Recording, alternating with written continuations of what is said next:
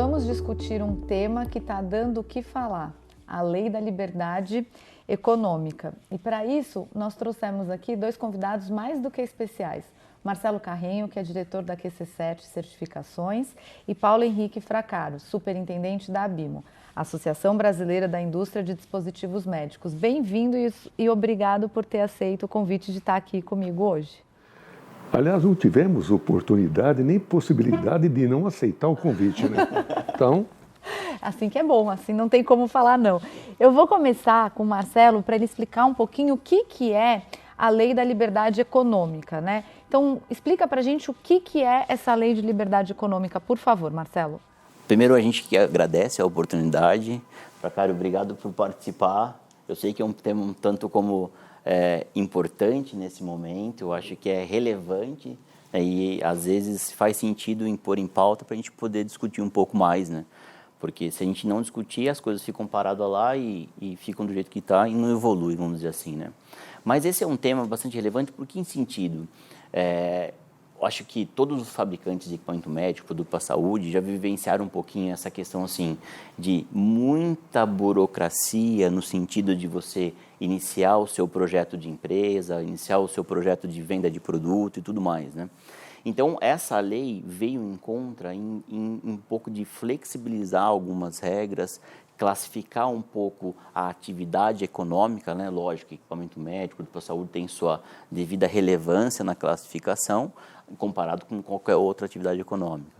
Mas veio no sentido de debruçar um pouquinho nos órgãos reguladores, né, nessa ideia, e de fato que eles façam uma autoavaliação neles, no sentido seguinte: é relevante, não é relevante ter essa burocracia, o que eu poderia flexibilizar, o que eu poderia agilizar, né, como a gente estava até comentando um pouco antes, dessa questão da estrutura, né, é lógico que tem que ser adequada à estrutura de cada entidade, de cada agência, por exemplo, né, no sentido de regulamentar e pôr em prática aquilo que se precisa. Então, eu diria o seguinte, né, a liberdade econômica vem no sentido de destravar um pouco essa economia, fazer girar, ter novos entrantes, novos equipamentos, novas tecnologias e tirar um pouco essa percepção de que a empresa precisa, entre aspas, de um aval do Estado para poder operar dentro do mercado, né? Acho que nesse sentido que veio a lei. E qual o impacto dela na parte da regulamentação? E aí o desdobramento, na verdade, dessa lei impactou tanto na Anvisa como no Inmetro, né? Se a gente falar de certificação de produto, né, equipamento médico, ele vai ter a regulamentação no Inmetro, né, o organismo certificador fazendo a certificação do produto, e depois tem a parte na Anvisa na questão da notificação ou até mesmo do registro de acordo com a classe dele. Como os órgãos reguladores eles se debruçaram dentro deles para poder avaliar as classes do devido regulamento dentro dele, então eles acabaram, por exemplo, flexibilizando algumas regras.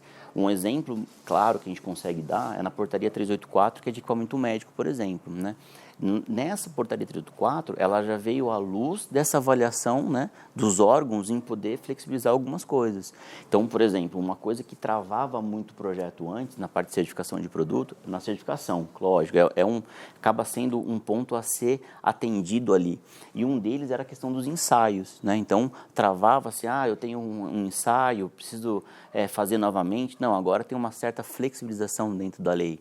Outro ponto importante que veio coerente é aí mais ligado ao regulamento da Anvisa, que agora os certificados, por exemplo, deixam de ter sua validade, né? Então, eles se tornam ativos desde que façam as devidas manutenções e tudo mais, até que, não vendo mais esse produto, se torna não ativo mais, né? A gente tira ele do site, por exemplo, né? Então, isso veio um desdobramento importante. Então, essa nova lei, para mim, demonstra dois pontos. Uma, que é importante essa avaliação de pré-mercado, até quando a gente estava discutindo um pouco antes, dessa questão de, libera-se todo tipo de produto, qual é o impacto desse produto lá dentro do hospital, por exemplo, ou no uso do usuário, qual que é o risco dele lá. Então, às vezes, você liberar um produto sem uma avaliação de pré-mercado pode causar um risco, né? Então, você não libera, não tem como você liberar um produto sem fazer uma avaliação prévia. Então, essa portaria corroborou um pouco a importância dessa avaliação, né? Mas também flexibilizou vários pontos para que pudesse dar uma uniformizada aí junto com os regulamentos lá de fora também que permeia, né, lá, União Europeia e o FDA também. Fracara, essa lei da liberdade econômica, você que está ali, né, todo dia com a associação que está com os produtores nacionais, né, a indústria nacional que faz parte da ABIMO, como que isso afeta diretamente a empresa que está produzindo no Brasil? Bom, deixa eu começar primeiro por um ponto de vista que é totalmente pessoal. Eu sempre conversei sobre esse tema dizendo que um país que tem um sistema de certificação, de regulamentação de produtos bem organizado, é um país que pode transmitir à população a seriedade daquilo que está sendo produzido, né? Então, é um ponto pacífico que o Brasil, que é onde nós vivemos, sempre terá que ter esse sistema fortalecido. Então, quando a gente hoje acompanha que a Anvisa está entre as 10 melhores agências regulatórias do mundo, ótimo, né? Isso mostra que nós temos um sistema de regulação muito bem definido. O que preocupa os associados da ABIMO é que, normalmente, essa flexibilização ela começa facilitando mais a vida dos que vêm de fora para o Brasil do que a vida do brasileiro, né? Ser produtor hoje dentro do Brasil é uma complexidade enorme, né? Isso sem falar na área tributária, então, que fica um caos, né? E se a pessoa produz no estado de São Paulo, pela nova regulamentação do ICMS, então é outra grande confusão. Então, quando eu penso hoje nos produtos de classe 1 e 2, que são os produtos mais simples, né, nós gostaríamos não que tivéssemos as mesmas liberdades que o produto que vem de fora tem. O que eu queria é que todo o controle que ainda recai sobre o fabricante de classe 1 e 2 aqui no Brasil também recaísse nos que vêm de fora. Porque não há dúvida que você ter uma flexibilização total, eu tenho dúvidas se isso será bom para o país. Porque eu acho que em todo mercado, em todo negócio, sempre vai ter o mau produtor, o mau fabricante, o mau distribuidor, o mau usuário. Eu acho que ainda, eu não acredito que nós poderíamos dar todo o poder para o fabricante. Estou concentrando na classe 1 e 2. Mesmo sendo produtos de menor risco à saúde, ainda assim eu acredito que você dar todo o poder para ele, de ter o controle sobre o seu sistema de produção, é um passo ainda que o Brasil, alguns empresários não estariam preparados, né? Mas, por outro lado, você flexibilizar que o produto que vem de fora venha com essas características que atendam o nosso mercado sem passar por um crivo que os empresários aqui dentro passam, é uma coisa que me deixa dúvida. Eu vou dar um exemplo que eu estou muito recente. Teve uma concorrência de seringas e uma empresa, que é uma empresa especializada em logística, ganhou essa concorrência e, por ser um produto que é atendimento do Covid, há uma série de liberdades para sua importação. Eu não preciso passar nem pelo Inmetro e nem ter o crivo de documentação de registros, porque é um produto para o Covid. Mas ninguém garante que essa seringa, chegando aqui no Brasil, sabe, aquela medição volumétrica é aquela exatidão que eu preciso, se os plásticos estão sendo de acordo com aquilo que o produto de uma saúde exige.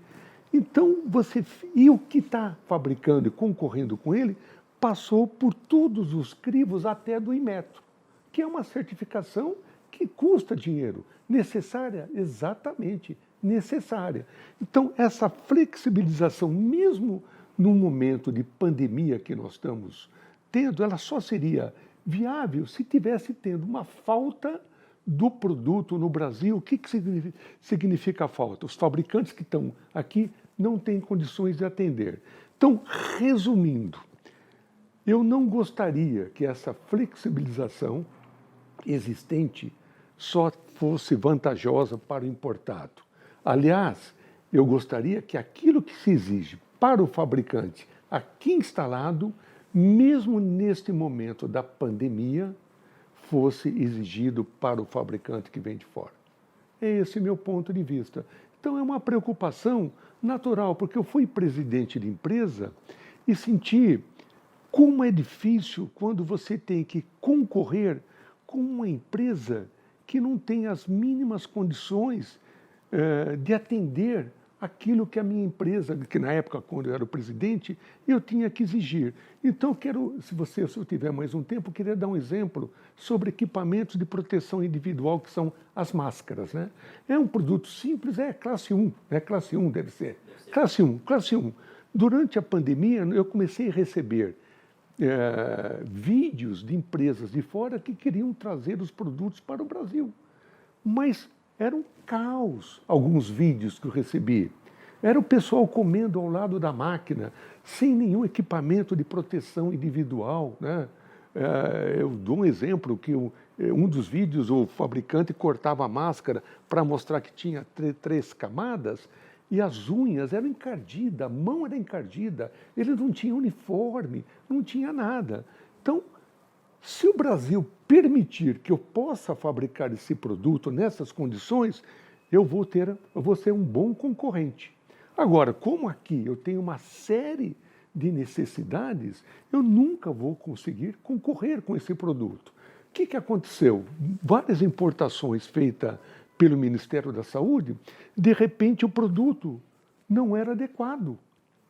Até máscaras que deveriam ser usadas em centros cirúrgicos, está lá um imbróglio, o Ministério da Saúde não sabe o que fazer, que depois foram ver que não tinham nada a ver com os requisitos que eu preciso para usar dentro de um hospital, né? Ou seja, foram produtos que foram importados erradamente, mas que para outros mercados estava servindo e não servindo para o nosso.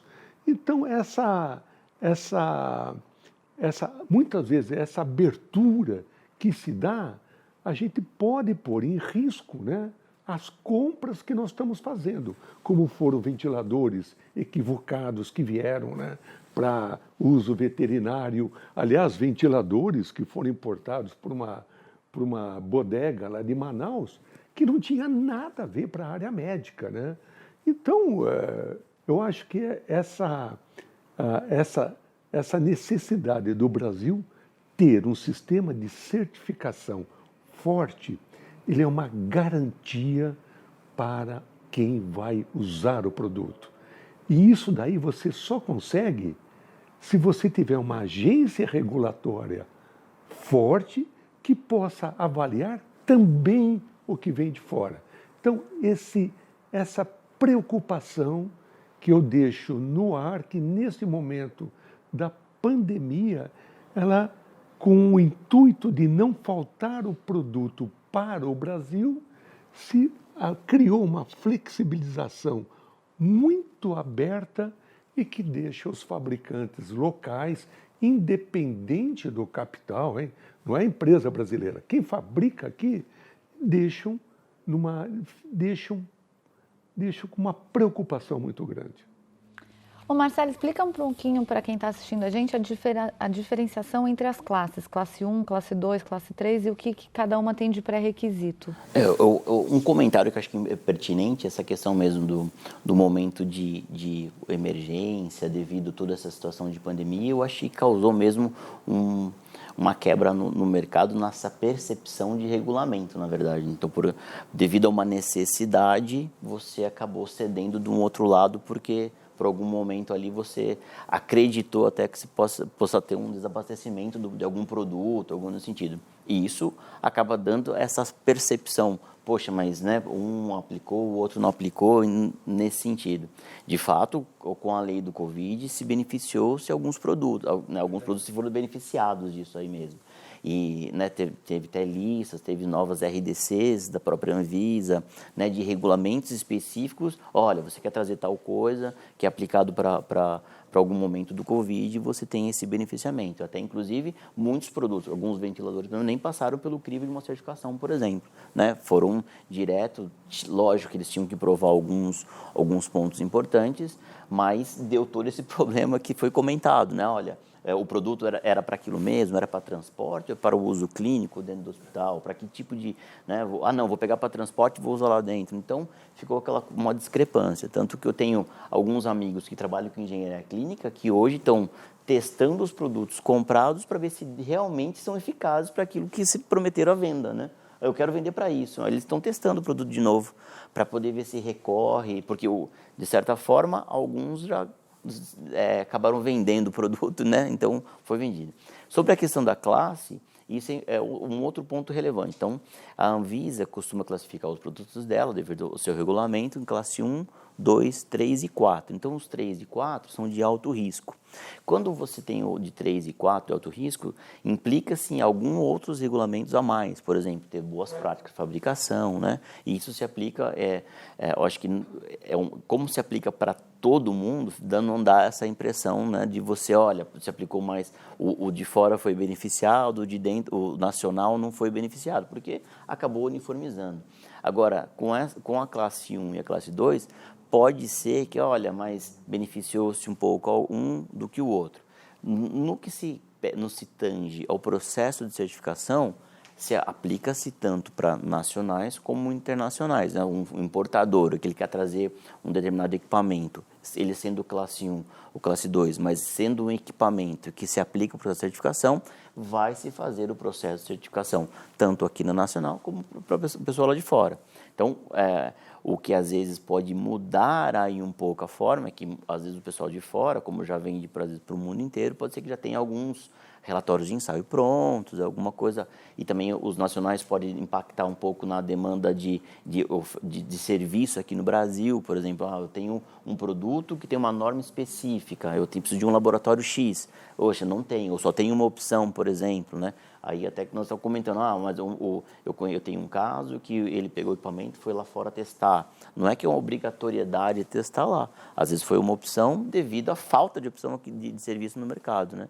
Então, eu acho que o grande ponto é você, dessa discussão toda e trazer para cá, eu acho que é essa percepção, né? Ou não fosse, poxa, mas em mim a Anvisa, aplica-se a Anvisa, aplica-se em metro, então tudo contra eu, né? Mas o cara lá que traz ali importado, às vezes foi beneficiado por uma lei aí do Covid e tudo mais, deu essa impressão, né? Mas a questão, assim, se está certo, se está errado, eu acho que é nesses pontos que nós estamos aqui para levantar e discutir e envolver mais acho que a BIMO tem um momento atuante disso, eu tenho certeza. Tanto semana passada eles estavam num evento junto com o pessoal da Anvisa, com o pessoal do Inmetro, exatamente nessa questão de liberdade econômica, né?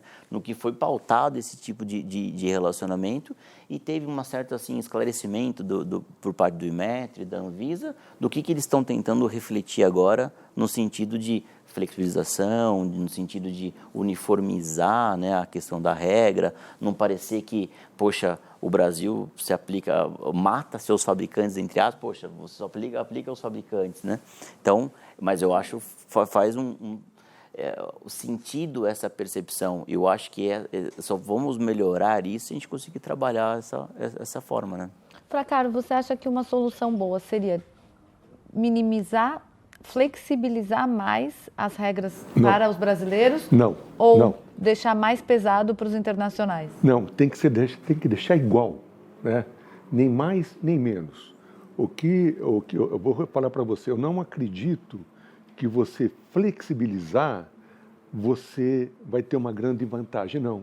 Você vai prejudicar aquelas empresas que estão extremamente organizadas, porque com certeza vão aparecer empresas bem menos organizadas que vão estar competindo no mesmo mercado. Então, flexibilizar de jeito nenhum. É lógico que nós enfrentamos um problema no Brasil, né, que você tem determinados produtos que não têm assim um grande volume de fabricação. Então, você ter um laboratório para certificar aquele produto, ele tem que fazer um investimento de equipamento, normas, e vai certificar o quê? 4, 5 aparelhos por ano. Ele vai fazer, e olha lá, ele vai fazer o quê com o resto, né? Então, e como essas certificadoras é um business, o cara está lá para ganhar dinheiro, né?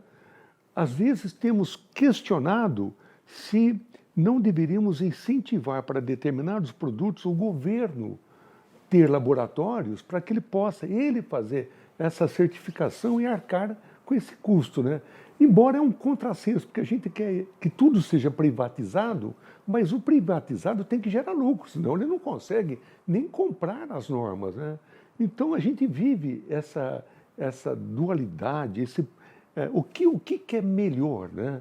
Mas você abandonar a certificação para que ele possa dar mais facilidade não será o caminho, de jeito nenhum. Eu não acredito nisso. Eu só queria um comentário. Acho que nós evoluímos muito na questão regulatória no Brasil, desde 2000. Então, antigamente, o primeiro ato regulatório que tinha no Brasil da parte de certificação era a autorização de modelo, apreciação do modelo. Então, você tinha até... você tem esse modelo, eu te autorizo, você vai para a Anvisa, registra, só que teria 2 anos para você certificar. Chegava no final de 2 anos, ele mudava o modelo. Agora não é mais o A, é modelo B. Então, ele voltava de novo. Também tem os jeitinhos brasileiros, né? Para você ganhar mais tempo, sei lá, seja o que for, na verdade, né? Mas eu também acho que você flexibilizar, você desestabiliza. Então, você pega o Zezinho da esquina, que às vezes não faz nada de regulamento, ele vai vender, vai ser concorrente de uma gigante. Marcelo... Não gigante marca, uma empresa gigante no mercado. Eu vou dar um exemplo. A pirataria, que nós estamos tanto combatendo na área de implantes odontológicos, né? Aquilo lá, eram empresas que eram ferramentaria, fabricando implantes odontológicos, né? Que nós, junto um trabalho com o setor de inspeção da Anvisa, nós conseguimos brecar. Você imagina, olha, é um sistema regulado, é um produto que tem que ter registro, e tinha, aliás, não era várias empresas de fundo de quintal. Vamos te dar um outro exemplo, o que é o problema da flexibilização. Nós estamos agora, o Marcelo deve estar acompanhando esse tema que a Anvisa está preocupado, da venda de remanufaturados ou equipamentos usados. A Anvisa pegou numa cidade, eu não vou falar onde, uma empresa que comprava os equipamentos usados que os hospitais não queriam mais e juntava uma parte de um com uma parte de outro e vendia para os hospitais. Meu Deus, era um monstro, era um Frankenstein. Sabe como é que mesmo com todo o sistema regulatório, existem empresas assim. Imagine você... Abriu uma brecha para vender desse tipo. Flexibilização, né? Aí você pega uma empresa regularizada, ele tem responsável técnico, ele tem a AF, né, para você poder fazer a estrutura, tem a licença de funcionamento da própria vigilância local, tem a AF lá da Anvisa, às vezes tem certificação do produto, tem a licença, às vezes, de importação, se for uma importadora. Então, olha, né, pega tanta coisa e o cara vai lá e vende um... E que equipamentos? Raio-X, ultrassom, tomógrafos. São equipamentos complexos, não são... Né, olha só, que loucura. Que loucura. Até ontem eu fui fazer uma ressonância e foi 1h30 de exame e cada hora vinha um sistema de som. Aliás, ele perguntou se eu queria ter músicas no ouvido. Eu falei, não, isso aí eu vou tirar de letra. Mas ele pôs um fone, porque o barulho era infernal. Então, eu devo ter ouvido, eu presto atenção, porque era um equipamento até da Siemens, e eu devo ter ouvido, acho que uns 12 a 15, fui tentando contar, depois perdi a contagem, diferentes sons para cada área que ele estava passando pelo meu corpo, né? Um equipamento Frankenstein, se tiver 7, 8 sons, e daí? Quem que vai questionar isso? Ninguém. Quem vai avaliar a questão de alarme, né? Então, quem vai avaliar alarme num momento desse? Eu até perguntei se cada som diferente era para medir uma parte, né? Realmente, cada som implica um sistema que eu estou trabalhando, né? E a preocupação para saber se havia partes metálicas, né? Porque dependendo da intensidade, é um super ímã, né? você tira o cara da mesa e joga ele para o teto do equipamento, né? Dependendo, se eu tiver uma prótese muito grande, metálica, ele joga a minha perna para cima, né? Gruda lá, né? Há uma preocupação da validação do equipamento, sabe? Quantos Tesla lá, a medição que ele é capaz de fazer. Então, com essa flexibilização, meu Deus, seria um caos, um caos. Mas vocês não acham que o problema está nas duas pontas? Na ponta, né, da produção ou da importação, na parte da certificação, mas na ponta também de quem compra? Porque a pessoa, quando compra, ela também não tem que checar de onde está vindo esses produtos? Eu vou falar que isso é uma coisa pessoal. Eu tento divulgar, fazer todas as lives, webinários da vida, que eu tento, na verdade, eu tento convencer a pessoa que compra. Mas, olha, se a gente chegasse nesse suprassumo, que a pessoa que compra soubesse dessas questões regulatórias que uma empresa tem que passar, e isso seria o suprassumo. Poxa, não vou comprar de qualquer um porque tem isso, né? Até, inclusive, a gente tinha um cliente da área odontológica e nós fizemos um webinar, né, com ele, com os clientes deles, na verdade, porque ele queria passar um pouquinho do processo. Ele falou, olha, eu quero que você conte para os meus clientes o que eu tenho que passar, com certificação, com ensaio, né? Quero que eles percebam um pouco, porque quem que era o concorrente dele? Era como pela internet. Ele falou assim, poxa, o cara eu fiquei sabendo que ele comprou pela internet, ele comprou o mesmo equipamento que eu, e aí ele veio para mim para eu fazer assistência técnica para ele. Eu falei, espera um pouquinho, mas esse ministério não foi eu que vendi para você, você comprou onde? Ah, eu comprei na internet, mas você que é o responsável por esse produto no mercado. Eu falei, mas você nem comprou de mim? Como que eu vou ter a responsabilidade? Você comprou da onde? Né? Então, a gente tentamos ali conversar um pouco dessa responsabilidade, né, de quem compra, né, para depois eu falar assim, poxa, o culpado o produto é dele aqui, ele que se vira. E você falou certo, porque sempre o fabricante é o responsável final. Nós estamos agora discutindo uma licitação que teve de assistência técnica num grupo de hospitais. Aliás, foi publicado pela EBSER, 44 hospitais. E a empresa que ganhou a assistência técnica, eu não sei quem é, ela queria ter a autorização de poder comprar os componentes dos fabricantes. E os fabricantes vieram nos procurar, como é que eu posso vender meu componente se eu não sei aonde ele vai usar? Embora ele ganhou a concorrência da EBSER, ele pode usar numa série de equipamentos meus que estão em outros clientes. E essa empresa, ela vai ser treinada por mim? Agora, se o equipamento que está sofrendo a manutenção der um problema, a Anvisa aceita que eu não seja mais o responsável? Responsabilidade, né? E sabe? Então, tudo isso é verdade o que ele estava dizendo. Você vê, olha, nós estamos falando de uma rede EBSER, hein? É uma rede dos hospitais universitários, 44 hospitais. Provavelmente, esse diálogo que o Marcelo acabou de supor que deveria ocorrer, se tivesse ocorrido com uma EBSER, provavelmente ela iria procurar uma empresa para fazer a manutenção que seja licenciada pelos fabricantes. Né? É lógico. Olha, eu até entendo, né, que num primeiro momento a EBSER fala, peraí, eu tenho aqui 40 equipamentos diferentes. Cada equipamento é um fabricante. Será que eu vou ter, então, que ter 40 empresas fazendo a manutenção? Que é um trabalhão para ele. É uma loucura, são 40 processos de licitação. Mas ela poderia procurar empresas que atendam um rol maior de equipamentos, né? Mas esse diálogo, que foi muito importante, que ele falou, não ocorreu. Então, a EBSER não se preocupou, não se atentou para essa confusão que ela se meteu, porque a conclusão final que nós informamos a EBSER que é impossível fornecer as peças de manutenção, porque o sistema regulatório sempre diz que o fabricante é o responsável. Então, não tenho como fornecer se eu não estou sendo responsável pela manutenção. É uma loucura isso, né? Mas, de novo, a compra que está errada, né? É a compra do serviço. Mas é o que ele falou. Esse esclarecimento, muitas vezes, não acontece para a pessoa que está comprando, né? E você, depois que comprou, que você viu o pepino. Aliás, quantas pessoas que compram pela internet sem se preocupar com com aquela empresa que está fornecendo, se é uma empresa fajuta, se não é, se ele já... Será que ele se tem autorização, se não tem AF, se tem registro na Anvisa, se não Porque tem... o pessoal é o grande mercado, esse mercado...